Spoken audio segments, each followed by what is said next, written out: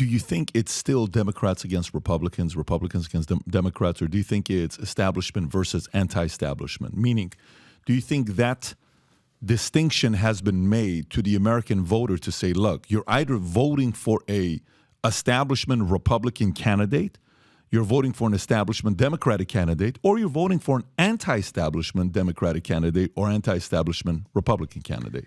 I guess I don't see it that way at all. I think the divide in this country is between the left, wokeism, the perception that America is still a country of racism, of sexism, of homophobia, and those who believe in hard work, accountability, and personal responsibility. That, to me, is the divide. Democrats, Hollywood, media, academia, big tech, they're all on one side, and people that are hardworking, they just want to get by and want government off their backs are on the other side. I was watching a debate one time between Debbie Wasserman Schultz, the chair of the DNC, and Ryan Priebus, the chair of the RNC. And this is a live debate, so I was texting Ryan Priebus. He didn't see my text, didn't respond to it. But Debbie Wasserman Schultz said, I want to know that my party has my back. And I texted him and I said, I want to know which party will get government off my back. And I think that's the divide. But okay, so then, there are people that want to have government control you from both sides, though, left and right. So this is why what I'm trying to say is, you ever read the book Blue Ocean Strategy or no? Okay, so Blue Ocean Strategy is a book about how to not directly compete against your competition. I think Republicans are completely missing the mark. They all sound the same, and they're all screwing it up, in my opinion. I could be completely wrong, but this book talks about you got to increase, decrease, eliminate, create. So you got to increase a little bit of something. You got to decrease a little bit of something. You got to eliminate something that everybody is doing, or you got to create something new. So, for example, Yellowtail is a wine company that was directly competing against other wine companies that were getting destroyed. Blue Ocean idea comes out. Yellowtail says, instead of competing against wine drinkers, we are cheap wine. We're not going to beat these guys. Yellowtail goes and competes against beer drinkers to get Yellowtail to be sold at bars, et cetera, et cetera. Yellowtail goes from selling, I don't know how many cases per year, to 48 million cases per year. Australian success story. Yeah, and they blow up, right? And they become a whole different company. So when you're in the red ocean, everyone's stealing from each other, stealing votes from each other, stealing all this stuff from each other, versus like, go to blue ocean, there's no other sharks there, have your own market. Republicans keep fighting the same fight, and they keep getting their asses handed to them. It's the same thing. The way they're presenting the argument is it's Democrats against Republicans, it's this, that, versus, no, it's the people that want to make decisions for you, the establishment versus the anti-establishment. I have difficulty accepting the premise. This is not a product. This is not a But it is, though. It's ideas. It's what will make your life better. For example, one of the things that I argue and would have mentioned had I been on the debate, both Republicans, Democrats talk about the size of government. Republicans say the government's too big, and they want tax cuts. There's one candidate that has a 2% reduction in the size of government every year, something like that. Government's going to get bigger and bigger no matter who's president, unless we do something radical, and that radical is this. We need an amendment to the Constitution to fix spending to a certain percentage of the GDP. Otherwise, it gets bigger and bigger. Whether Ronald Reagan is president, whether George W. Bush is president, whether W is president, whether George Herbert Walker Bush is president, whether Trump is president. Largely because the biggest driver of our budget are the so-called entitlements. Even Barack Obama and Bill Clinton use the word unsustainable to describe them, but nothing happens. If you run promising you're going to reform entitlement programs, you're going to lose elections because the other side is going to accuse you of not caring about the poor, the sick, the elderly. The only way to do the kinds of reforms and the kinds of cuts that's necessary is a law that's forcing the politicians to do that. And the only way you're going to do that is to amend the Constitution. And so as the president with my bully pulpit, I will be explaining to American people, particularly young voters, that these programs are not going to be there for you unless there's serious, dramatic reform. And it's not pie in the sky. The Constitution has been amended on average every 10 years. And all you have to do is make the case to the American people. And nobody's doing that. Not Trump, not DeSantis, not anybody. It's been amended 27 times. I think if the number's that 27 times. So my point is, to your argument, I don't look at it that way. I think that we need to explain to the American people why my policies are better than this guy's policies, why I'm more likely to have an economy that thrives than this guy. Why I'm more likely to be able to secure borders than this guy. And if you put together a set of policies and issues that a voter can vote for, that voter will vote for you. Well, I would say the only reason I'm making this argument is because if you think about why Trump did well in 2016, his message was not like the rest of you guys. Everybody had the same message. Every candidate had the same message. Oh, we're going to do this. Everybody sounded the same. Marco Rubio sounded the same as Ted Cruz sounded the same as, Huckabee sounded the same as, you name them all. Everybody said the same. Here's a guy that came in and said, I've given money to everybody here, okay? There's a reason why everybody's clapping for this guy, Jeb Bush, is because they didn't let me come in here. All the people here are his donors. All the booing, they're all the donors. That's right. It's true. Right. These guys all gave money to him. He took money from them. Jeb goes, ha, ha, ha. That laugh is a weak laugh. And his messaging, I think Trump won in 16 because Trump had a blue ocean. Everybody on the stage was fighting the same fight except for one guy. And he crushed everybody. Everybody was like, you know what, man, what angle do we take against this guy? He has given me money. I can't take that argument. He did say this. He did say that. And then today, even with RFK, aside from them bullying him the way they have, why is RFK getting momentum? Actually, think about it. Why is RFK getting so much momentum? Because maybe the American people are sick of the establishment. And the anti-establishment message the last 2 elections is resonating with people. One, the way Trump did it. One, the way, in COVID, which was catastrophic what happened with COVID. So take that part aside. In today's election, RFK, if you were to say the guys that are getting momentum on 2 sides, take the guys that are getting momentum on both sides, even set aside Trump, whether you like him or not, Vivek is one of them, RFK is one of them. Both of their messages is an anti-establishment message. And everybody else's message is pretty much an established message. Nikki Haley is an established message. Chris Christie is an establishment message. Pence is an establishment message. Who else you want me to give you? Everybody is an establishment message except for 2 candidates, Vivek and RFK, and they're gaining momentum. I think Trump also came in as somebody who was in your face. He talked about political correctness. He was able to, in a very skillful way, demean his opponents one after another. I think people find him funny, find him entertaining, charismatic. I've never seen a politician like that. I think he's a unique person. I've never seen anything quite like it. Perfect. Let's go to the last example of a guy that ran like Trump but didn't have a personality. Can you think of and who got 19%, 20%? No one thought it was going to happen. It would cost another guy that was supposed to be a 2-term president that became a 1-term president, that in his documentary, there was one guy he didn't want to comment on, and that was Ross Perot. George Bush Sr. didn't want to talk about Ross Perot in his documentary.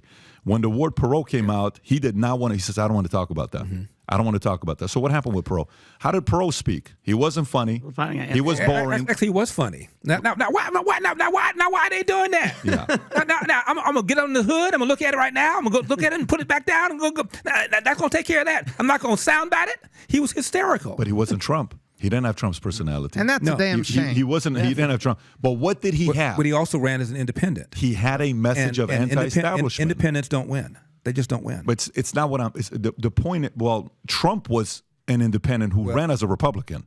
Yeah, but he ran as a party. Totally agree. So Ross Perot made a mistake running as a independent. He could have ran as a Republican. Could have been a different story. He could have ran as a party to represent that. He would have had maybe a different story. But the point I'm making here is, all I'm interested in as a business owner, as a guy that studies the markets to see who has an advantage on the way they market themselves. I look at DeSantis, and I say, here's a guy with a phenomenal resume. Who has a better resume after COVID than him? Nobody. There's not a single governor with a better resume than him after COVID. What happened with his messaging? Doesn't connect. He sounds like everybody else. Again, I think you're making it much more complicated than it is. I think there's a phenomenon known as Donald J. Trump, likes of which nobody has ever seen. This guy never even ran for office, let alone held office, wasn't a general, came out of nowhere. He used to be a Democrat, then he was an independent, then he became a Republican. He had almost 100% name recognition from The Apprentice. There's just been nothing like him. I'm shocked that Ron DeSantis is not doing better. But when you compare him to Donald Trump, I'm sorry. It's like Larry Holmes. He comes after Muhammad Ali. I'm sorry. Larry Holmes was a great fighter, but when you come after Muhammad Ali, that's a big shadow. And so DeSantis is in Donald Trump's shadow right now, and when Donald Trump, if he gets elected again, he becomes lame duck the next day. I think the front runner in 2028 will be Ron DeSantis. You think so? Yeah. You think so? Oh yeah, Florida. He stood down COVID. He stood down wokeism. He got reelected with 20%. He took Miami-Dade County. He looks great. He's a war hero. Great wife, a cancer survivor. What's not to like?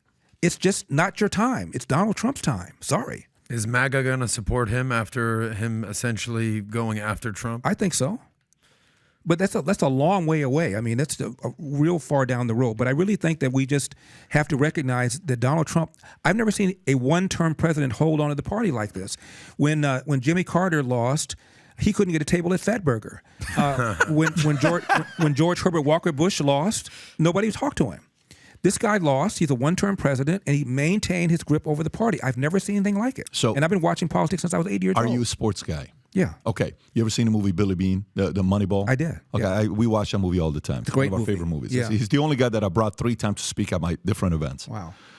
Is he still the Oakland GM? I think he is. I don't know if he went anywhere, but he got the offer from Boston, but he never took the money. Never took it, yeah. So when you meet him, so this guy was a 5-tool player, right? He was supposed to be the next, whatever. Yeah. And there's a part in the movie where he asked the question of, is it Noah? Is it actor's name? Jonah Hill. Jonah Hill. He says, so let me ask you a question. After I left, I know you searched me, and I know you looked at my numbers. Would you have picked me number 1 draft pick? He says, yeah, I would have. He says, stop bullshitting me. Tell me the truth.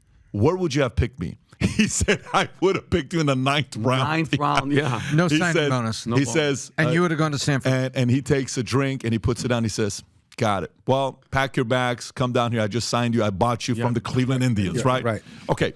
So here's all I'm going. Jonah, the guy that plays, who does he play, by the way, in the movie? Is he playing Podesta? Paul DiPodesta. Paul DiPodesta, right? So, and he comes in, he's saying all these years, we're watching 61 2 days ago, the whole story with Roger Maris and Mickey Mantle, the owner of the Yankees, like, I brought you to your Bombers. I don't care your 260 batting average, hit the homer, swing for the fence. That's why we brought you here, right?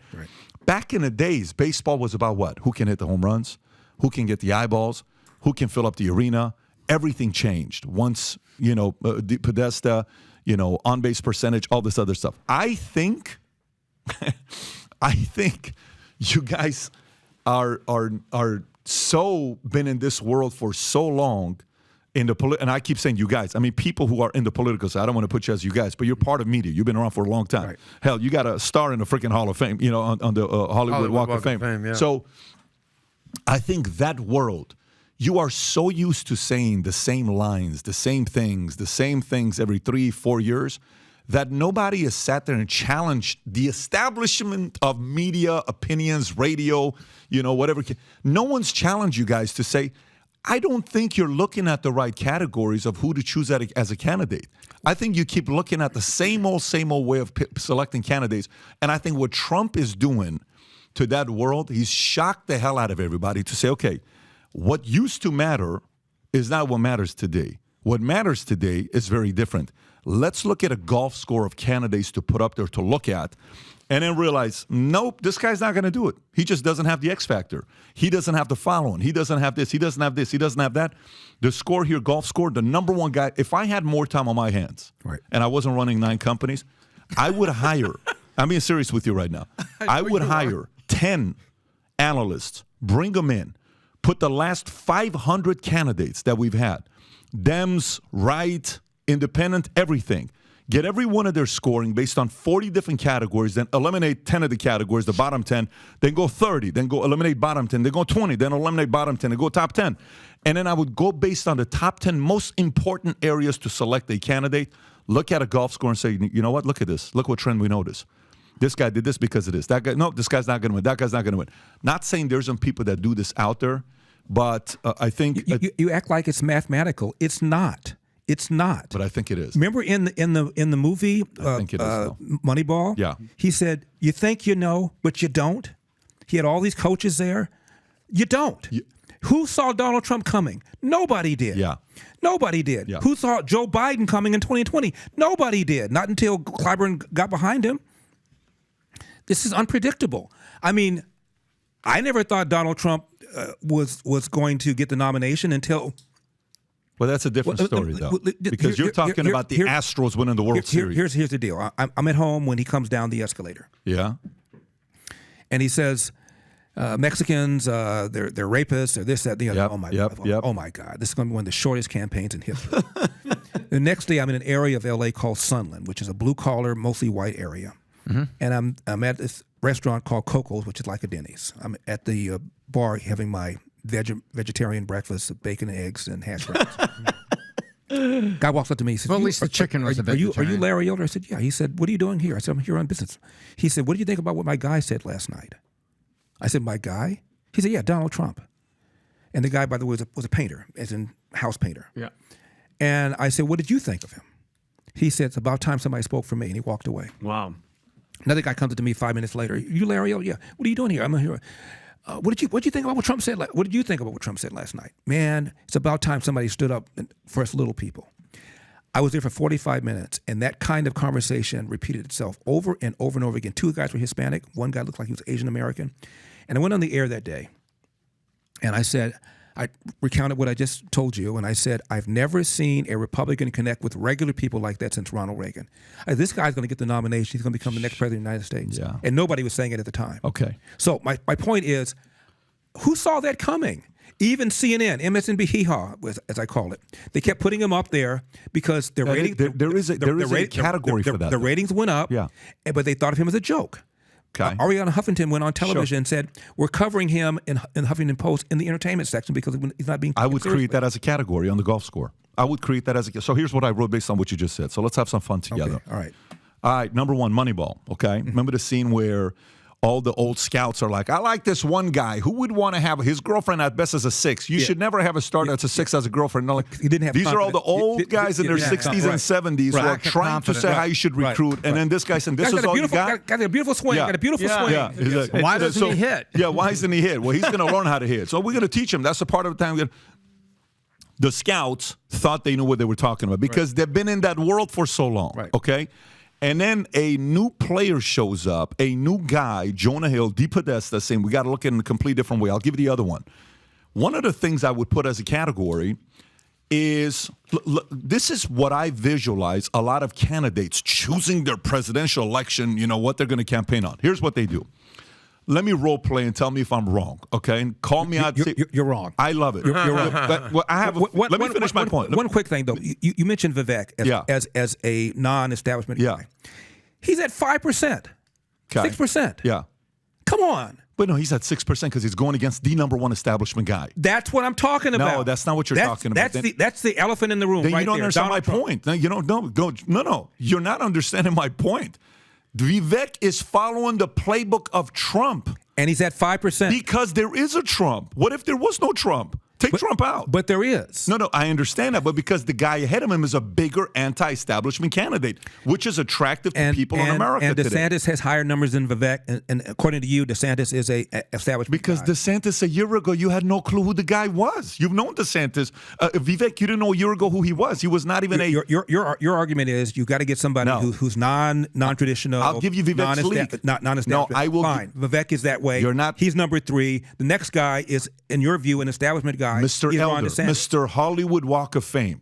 Let me push back. Okay. As the guy that's 30 years your junior, just to give you a different perspective. Okay. I could be wrong, and I'm very comfortable with that. You are. Hear me out. You are wrong. By the way, this has been the history. For the longest time, 70-year-olds thinking 40-year-olds are wrong. All right. And the 40-year-olds kind of tend to disrupt a little bit. And then the 40-year-olds think they know it all. 20-year-olds disrupt with social media. We have to pay attention to these types of guys. So watch this. So you're saying, Vivek doesn't have that going on. Yep, because Vivek would be missing one massive category on the golf score. What is that? Online persona, TV personality. You don't have it. You started too late, way too late. Trump's been doing it for 50 years, okay? One of the biggest things for me, an anti-establishment guy, would be your online, your social persona, your TV persona for how long? Whether it's not necessarily a Q score, following, virability today, stories today, all that other stuff. So that Vivek does not have. That doesn't work in his favor, okay? 2 would be charm and selling. DeSantis doesn't have charm in selling. Vivek has that, okay? DeSantis is more policies.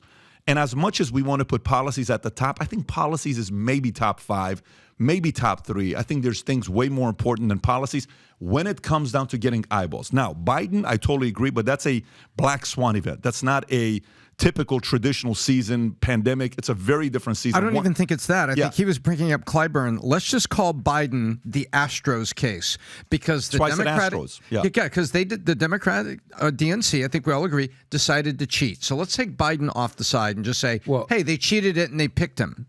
Isn't that correct? They decided to decap Bernie Sanders because they didn't think he could win. Right. They didn't like the way it was working out in the Democratic process through elections and primary state by state, and they just decided Can he I was add the one guy. other thing here? Yeah. Can I add one other thing here?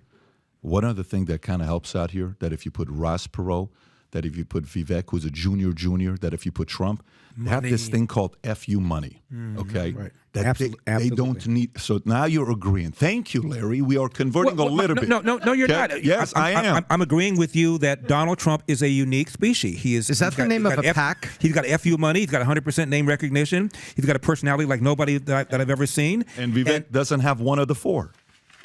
Vivek does not one of the 4. And by the way, which one does DeSantis have? Let's take a look at this. Does DeSantis have a big social media following? No. Okay. Does DeSantis have charm? No. No. Does he have policies? Yes. Yes. Does he have FU money? No. Do you see it's 1 out of 4?